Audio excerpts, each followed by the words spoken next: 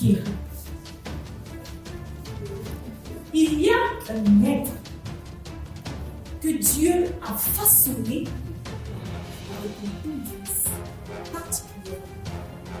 Un être capable de porter la vie, de consoler les douleurs, de transformer une maison en foyer. Un mot, un père, une blessure en espoir. Cet être, c'est la femme. Chers membres du jury, chers parents, chers éducateurs, camarades orateurs, procédez le plus chaleureux salutation. Avant tout, j'aimerais préciser qu'il n'y a pas d'âge pour être femme. Car la femme, c'est une naissance. Être femme ne commence pas à la puberté, ni au mariage, encore moins à la maternité. Mais être femme, c'est une lumière qu'on porte en soi. Alors, la femme, c'est la mère de l'humanité. Elle n'a pas seulement donné naissance au monde. Elle a élevé, elle a nourri, elle a protégé, elle a aimé. Dans une société parfois cruelle et confuse, la femme chancelle, elle trébuche, elle perd même parfois l'équilibre. Elle doute, que ce soit dans les jugements, que ce soit dans le choix de son homme, que ce soit dans des généralisations qui étouffent et qui peuvent parfois l'éloigner de ses principes. Et pourtant, elle continue d'avancer, elle continue de rêver, en dépit de tout, elle finit par se marier. Lui bâtit un monde avec un homme qu'elle aime pour celui qu'on devrait imposer. Cependant, il y a une vérité amère que je ne peux pas dire.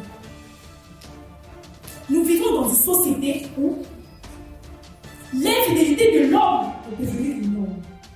Un comportement qu'on justifie, qu'on banalise et qu'on excuse.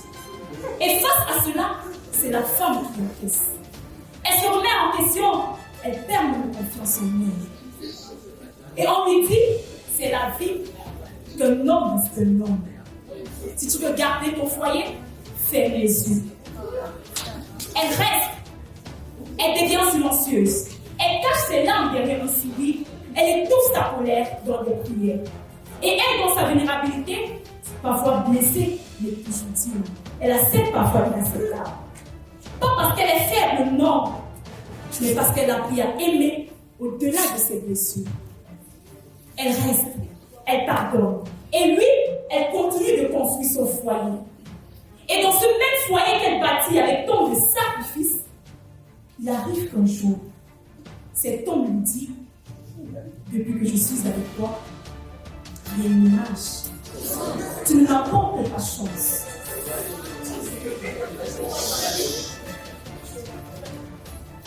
À vous, les hommes, à vous qui avez déjà prononcé ces mots, à vous qui êtes incapables de reconnaître la place sacrée d'une femme dans votre vie, vous ne connaissez pas. À la limite, vous ne comprenez rien. Parce que de la même manière que Dieu, votre mère, a le pouvoir sur votre vie, lui, votre femme aussi, a le pouvoir sur votre vie. Vous dites qu'elle ne nous apporte que par chance. Sachez une chose aujourd'hui. Cette chance que vous réclamez viendra d'abord pour vous-même. La femme est comme la mère. Elle rejette ce qu'on lui donne. Donnez-lui de l'amour. Elle vous le rendra en bénédiction. Donnez-lui du mépris. Elle vous le rendra en douleur. Ou alors, donnez-lui de la haine.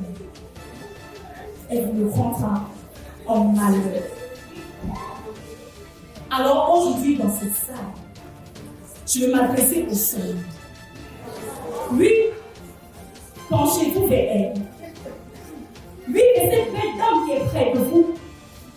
Et dites-lui sincèrement, ma reine, je t'aime. Tu m'as souffert.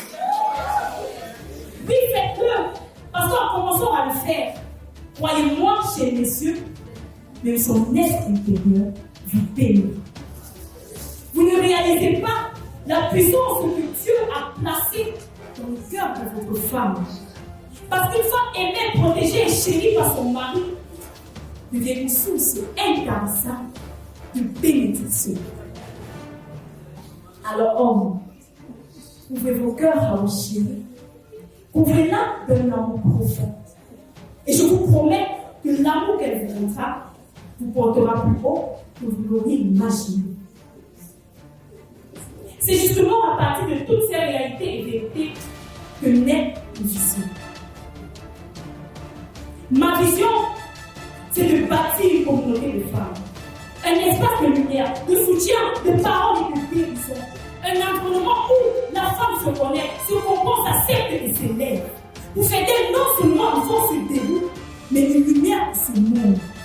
En effet, quand une femme se construit, elle ne change pas seulement sa propre vie, elle change la vie de la nation, la vie de ses enfants, la vie de cette petite fille qui deviendra elle aussi une grande femme du monde.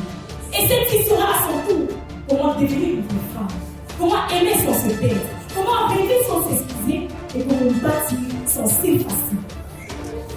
C'est ainsi que naîtra une nouvelle génération, une génération plus constante, plus forte, plus belle et plus vraie.